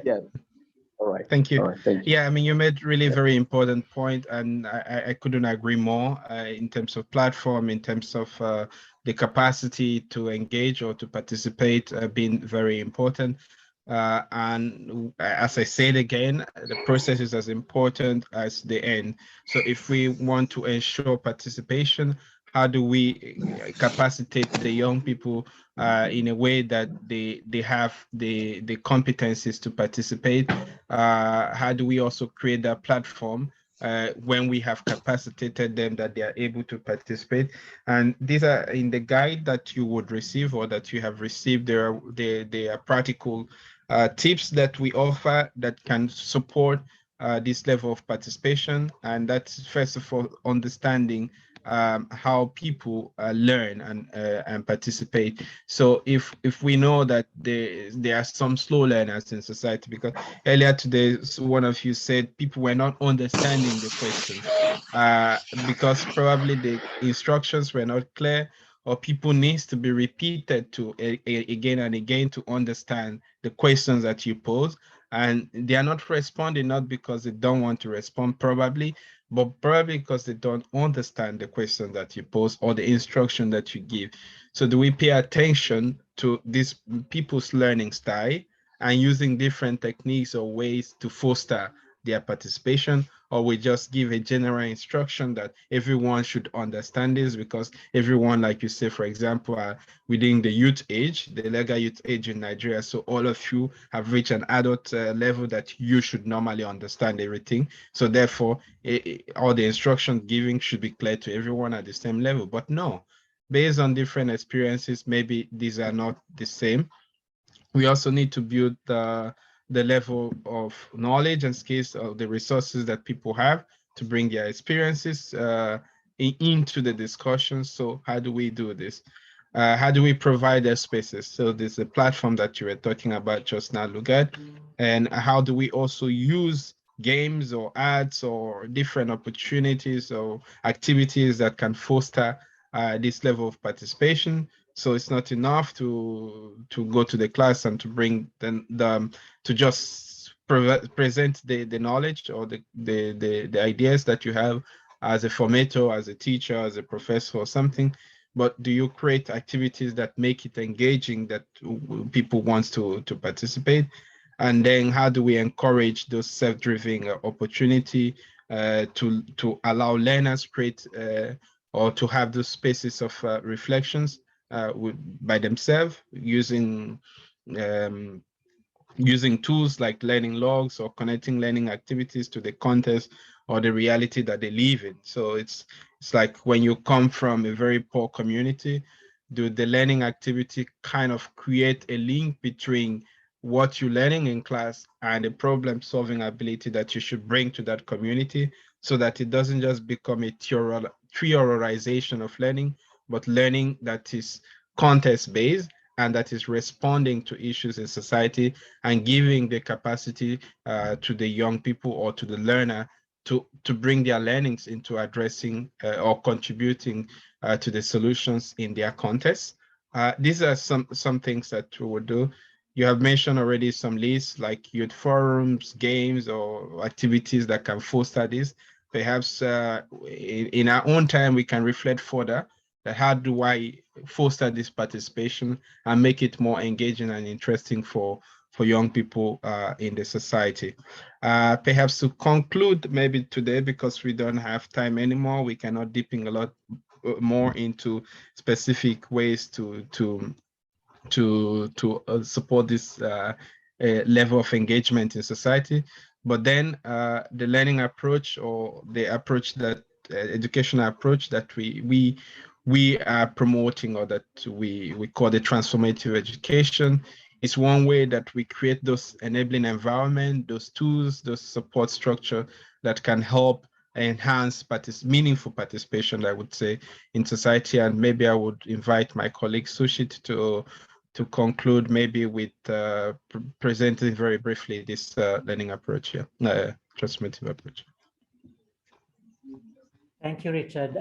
So as Richard said, we've talked about participation, meaningful participation in peace building. And in order to provide an educational approach, when we run an educational program for peace building, we have developed this model we call transformative pedagogy for peace building and resilience building.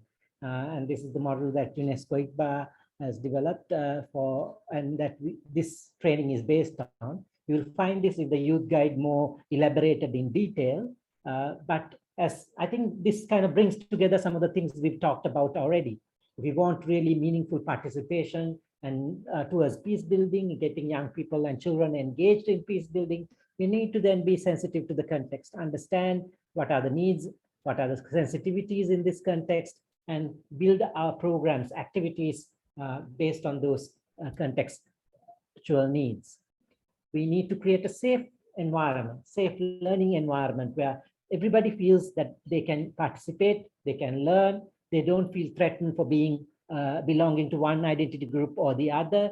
They feel welcome, they feel belonging, and that allows them to learn from one another. They are not always watching their back, thinking that somebody is going to attack me, somebody's going to judge me, but rather they feel welcome to share their opinions and engage in dialogue with one another. So this sort of learning environment enables people to challenge their assumptions, challenge their prejudices, challenge their attitudes, and really go through that process of transformation.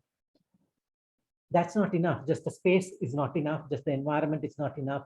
It needs methodologies, approaches, practices that are participatory and collaborative. So if you're running a workshop, if you're running an educational activity, it needs to be interesting, engaging, creating space for people to collaborate with one another and learn from each other, not just listen passively through lectures and things like that. So how do we create that participatory and collaborative learning is another crucial component in this process. Then I'm going to jump to this last one here, role modeling.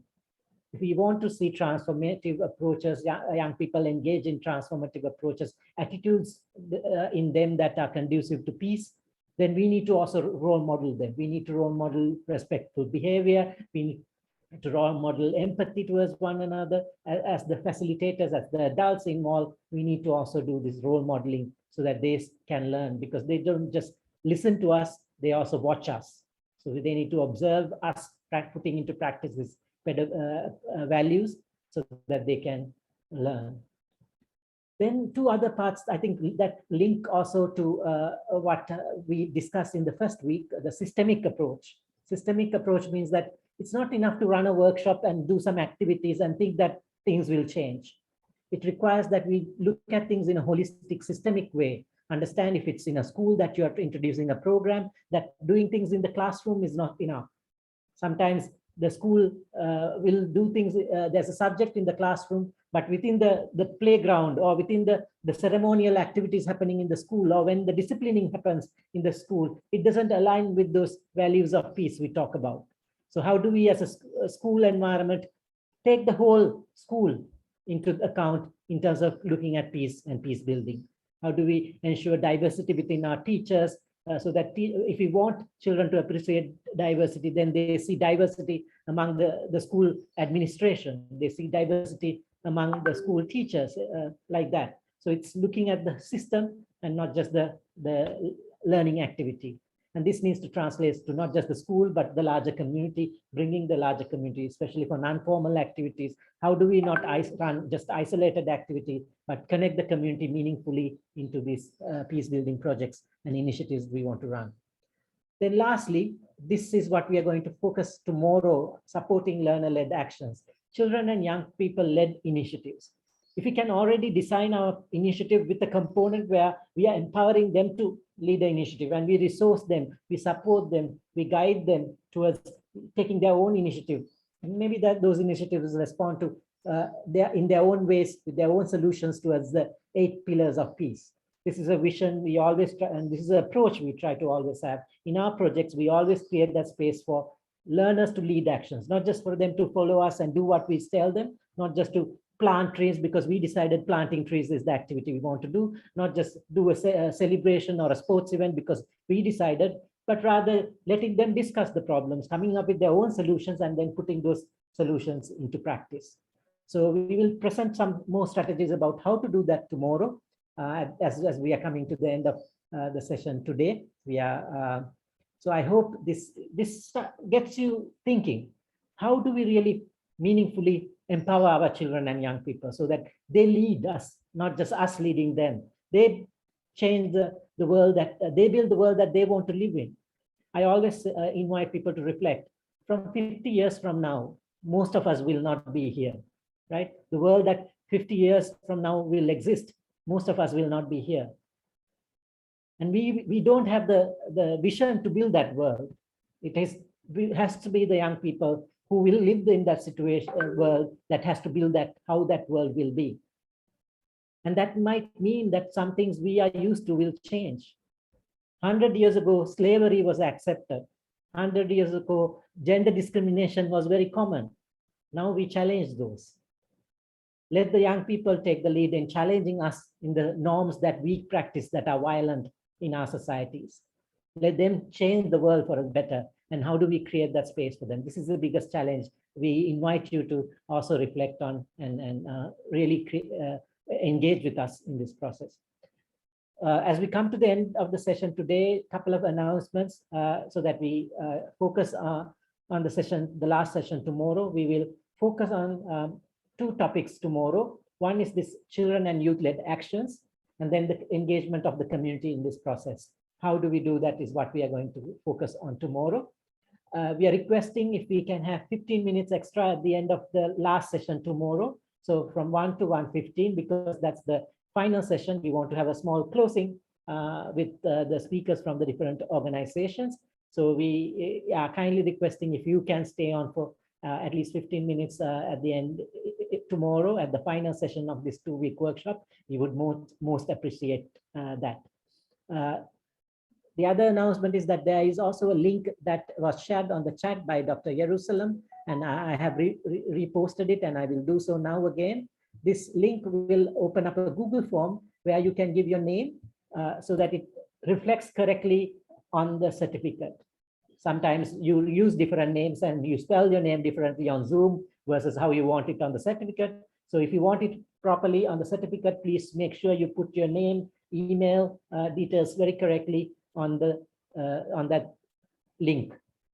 Sometimes we find that you put the name, some people put the name, but then the email is wrong, so you will not get the certificate. So please don't wait till the last moment and have complaints about certificate. Please make sure you put your details, and then Pietro will lead the process to make sure that you complete the requirements for certification. And if you have completed, you participated, you have completed any evaluations and tests, etc., then you will receive a certificate for this online workshop, the 2-week workshop.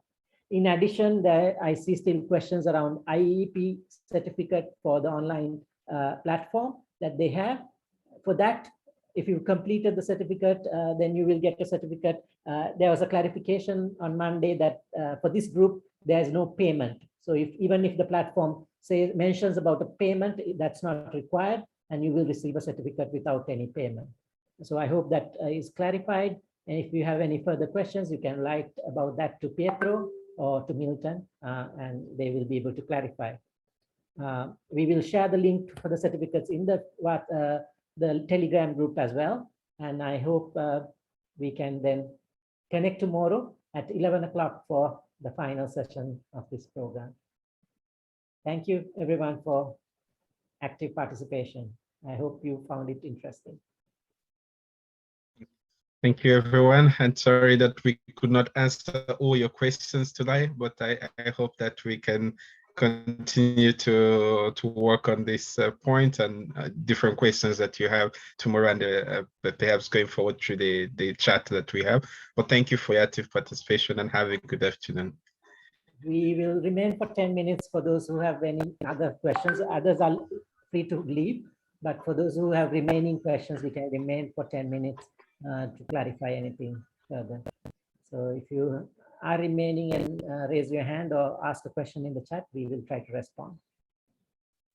I saw a question around health and peace building. Yes, there is many approaches to how you can connect health and peace building. For example, I'm involved with a project led by in Sri Lanka, where I live, that is led by UNDP, WHO, and UN volunteers with the National Youth Services Commission. And I serve on sort of advisory capacity for that. And that's an approach of health to peace building. So they're looking at how during the COVID pandemic, in a health emergency, how do we mobilize sensitivities about peace building among young people?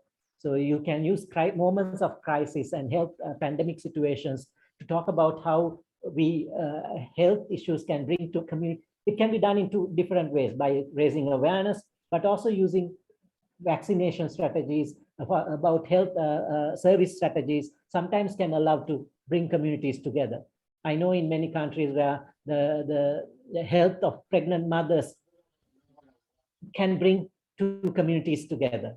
They are divided, they are culturally different, but this issue of maternal health brought those communities together because both found it important to receive good maternal health in their communities. So it's how do we build in this peace building approach to the programs that we want to run, whether it's environment, whether it's health, whether it's governance. There is always an angle of peace building that we can meaningfully bring in to ensure that it contributes to peace building, not just thinking about peace, but really making strong connections to peace building. I see another questions. I didn't see the test and also the group photo. So yes, I will allow Pietro to share those. There are some photographs we took from the first session. So we'll try to share those photographs, and then the information about any test or evaluation forms will be shared tomorrow. I'll invite Pietro to do that. Thank you. Yeah, and maybe tomorrow for closing, we can also do some pictures that we would share thereafter. So perhaps we would inform Pietro about that. So don't worry, if you're not in the first photo, you probably will be the last one. So don't miss tomorrow. Al-Bayan, do you have a question? I still see Al-Bayan interface.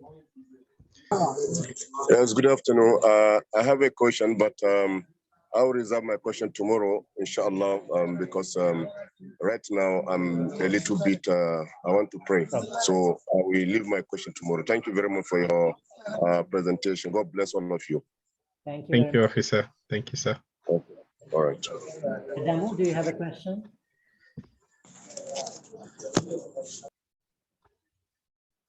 Adamu, did you have a question? No? I think Ademo has a problem with the mic. Okay. Yeah. Ibere? Ibere?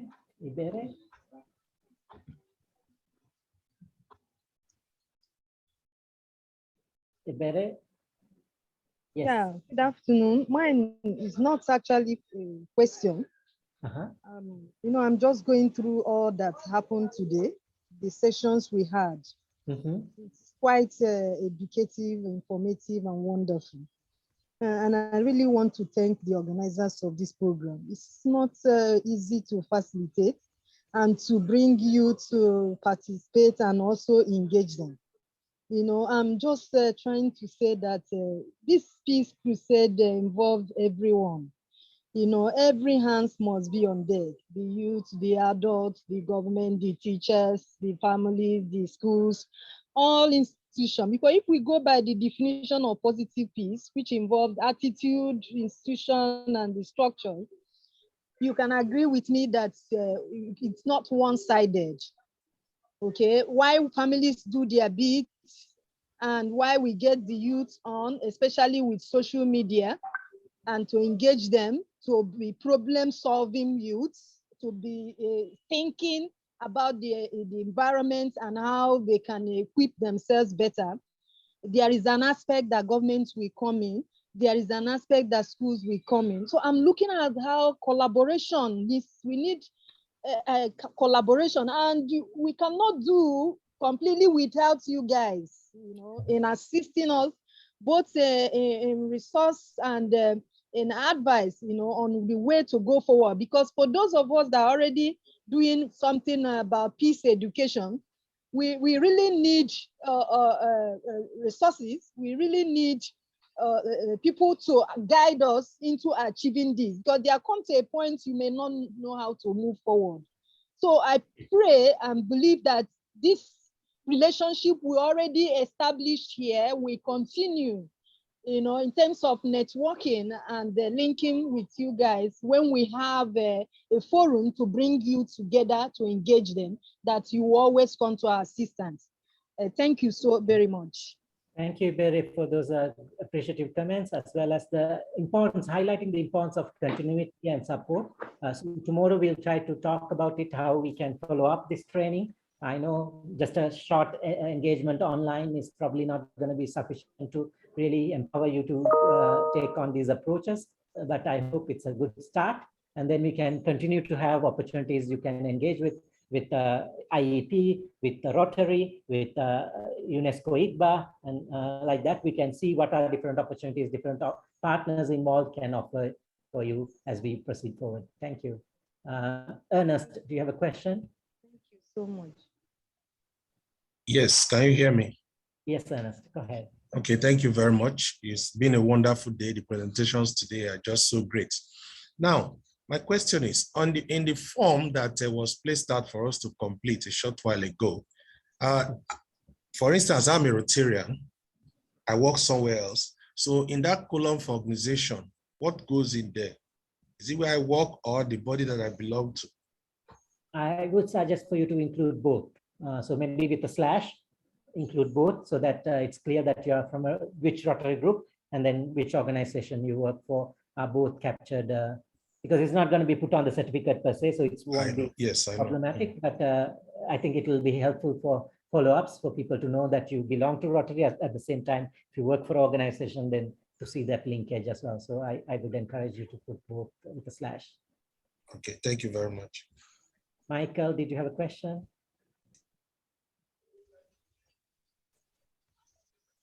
Can you hear me? Yes, Michael, go ahead. My question is with regard to the yesterday's session, to Monday's session. While education was discussed as an important tool for peace. I'm from Southeastern Nigeria, and there are grievances, genuine grievances. Some of the grievances have been mishandled by some agitators.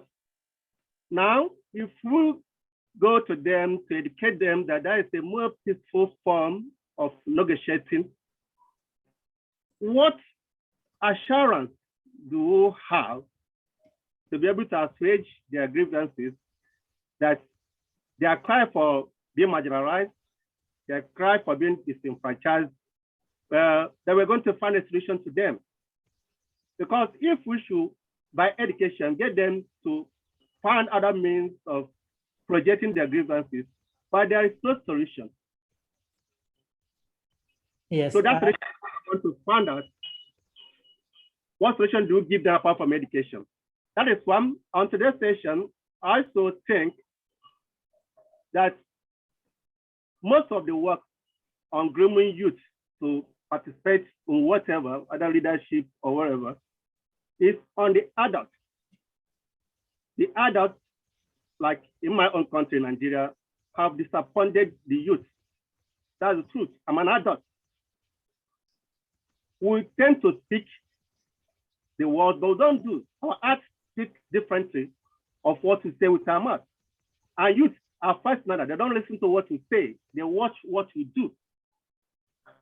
So if we are going to bring them to better leaders or to better people, we must change our attitude. The adults must change their attitude for the youth to become what we aspire them to be. Thank you. Thank you, Michael, for highlighting that challenge. Education can contribute to peace building, but it cannot by itself guarantee peace building.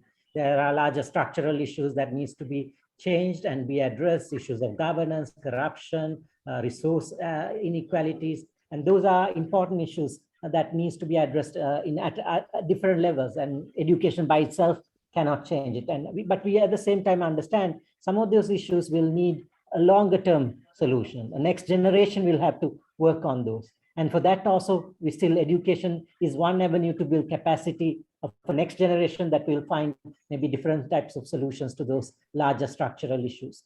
But I acknowledge the challenge that, yes, by just talking to people and kind of engaging them in participatory approaches, that itself is not going to address all the grievances that people have.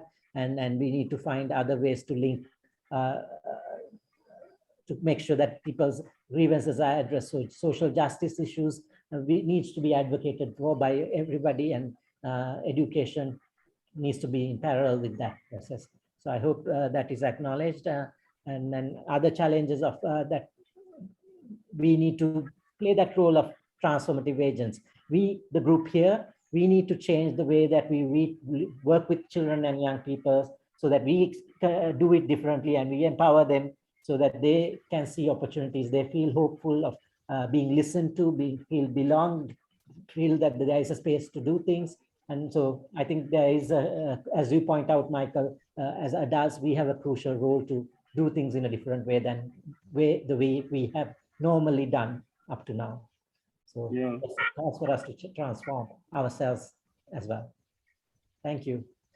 I think maybe at this point, we can wrap up for today. I see maybe a couple of more hands. Professor Onyeke, did you have a question as well? Maybe just to quickly address those and then we wrap up. Others feel free to leave because you're not required to stay on. We've finished already, but I'm just trying to give time to those who have maybe extra questions. Professor Onyeke.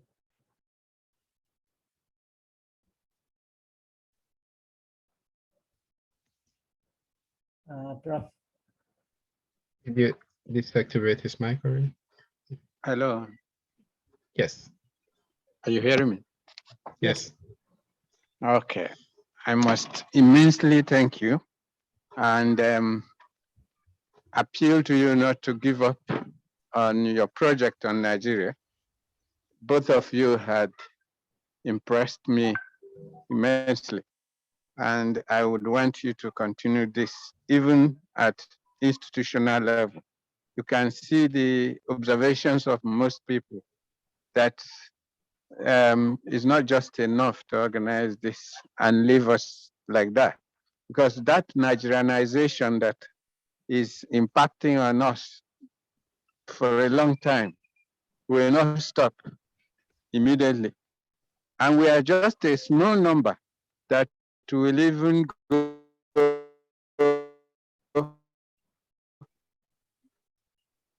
to make. I don't know how we can structure a long-term and ongoing seminars, courses, and conferences that will continue to be held on online like this.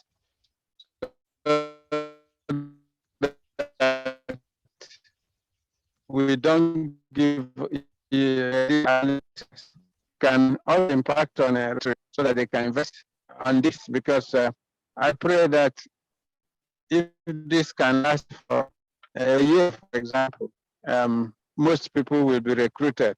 We started with 200 and something, and we are actually ending with about 100 and something. So you can see how things can take a dramatic turn in Nigeria. But I acknowledge and thank you very, very much. Thank you. Thank you, Prof. Yes, Very much. I think we are happy to be of help, and in any ways that we can to be of help. But I think we also need to advocate for the institutions involved to have a support process. So in a way, Pietro has taken individual initiative to initiate this collaboration, bringing different partners. He had participated in an IEP program, he had participated in a UNESCO IGBA program, and then he championed to initiate this collaborative online program for all of us. So I think that's a wonderful initiative that Pietro has taken. We can follow and kind of take our own initiative in this regard to advocate with this organization for Rotary, IEP, for UNESCO, IGBA, and propose their own solutions of how things can go, what can happen next. I think that would be wonderful to hear from you tomorrow as we conclude. Maybe in the chat you can share these suggestions, as there will be representative from these organizations. At the same time, you can also individually approach these organizations and suggest, and we continue to listen to you to be guided about how best we can support you going forward. Thank you. Sadia, I see your hand up and the last hand I see, so please go ahead.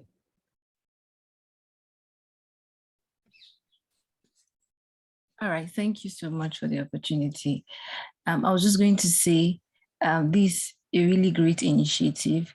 And of course, when we think about peace, it's very important that we have more initiative like this that is advocating for positive peace. But what's more important is the intention that we go with when we do this program. Trust me, I'm a Nigerian and I've seen a whole lot of fantastic projects. And sometimes that project, the process is not the same as the result. And I can tell you for sure is because I would tell you for sure that 60% of the projects we do, they are not really intentional about it. It's more of the activities. And that is why while you were sharing the effective participation that talks about the manipulation, the tokenism and all, I could see all the red dots. I could see these are activities that we are doing. So what I want to close with is let's get so intentional with our project. This is to say that when you stand in front of young people to advocate about positive peace, we don't stand there to feel that we want to teach them, want to let them know. We stand there with the intention to see that they are the ones leading. I want us to get so intentional with our work. Only when we get intentional, that's where we'll start to see the result. We'll start to see young people getting the kind of skills they should have for them to advocate for peace. Because if we stand there and with the idea of, I just want to shine, I just want to talk and all, these young people, we deny. But we don't know most times when we do this project, we deny these young people the capacity and the competence and the skills that is required for them to be able to deliver in their society. So let's get, the baseline for this is let's get intentional with our work, Nigerians. Let's get so intentional. It's not about the media seeing me, it's about I am truly making impact in my work and I'm doing it very well. Let's get the skills. And really for all of us is we're going to get the certificate. Most likely, for sure, we're going to get it. So it's not the certificate, right? It's the extra skills that me and you would get. And that skills that we'll take out to the world. Let's get so intentional with the work. And thank you so much for this great opportunity. Thank you, Sadia, for that very meaningful words. I think that's something that all of us needs to bring in. So thank you for bringing that. Oh, yeah, and maybe I just wanted to comment on Sadia's point, which is also very important. And I think the intention is as good as at the end, as I said earlier. And Sushit mentioned Pietro, who has spearheaded this partnership, was one of the trainees in the section that we had recently with many Nigerians, and he has done this. So just imagine that if those 20 of those Nigeria is able to do the same initiative, bringing about 200 people together, you would already have 1,000. So of course, this is to launch the process. It's like a launch pad, but the initiative to go on has to come from you, and the will to make it work has to also come from you. And I like the fact that you brought this up at this end, and I think everyone would have to take up this initiative to not let the knowledge or the competencies that you have acquired to die, but how do we use this and spread it and become intentional about the result that we want to see? So be the change that you want to see. So we can only give the suggestions or the competencies or the direction in terms of formation, but what will really happen on the ground would always come back to the learner and the actions that you decide to take. Yeah. But thank you, Sadia, for bringing this point at the end. Thank you. I see Rachel's hand. Rachel, did you have something to add? And then we conclude. Otherwise. Yeah, Criminal said if we don't leave, they will not leave. So that's thank you. Yeah. Thank you very much. Thank you Yeah. so much. It has been a very interesting session. What I would like to say is that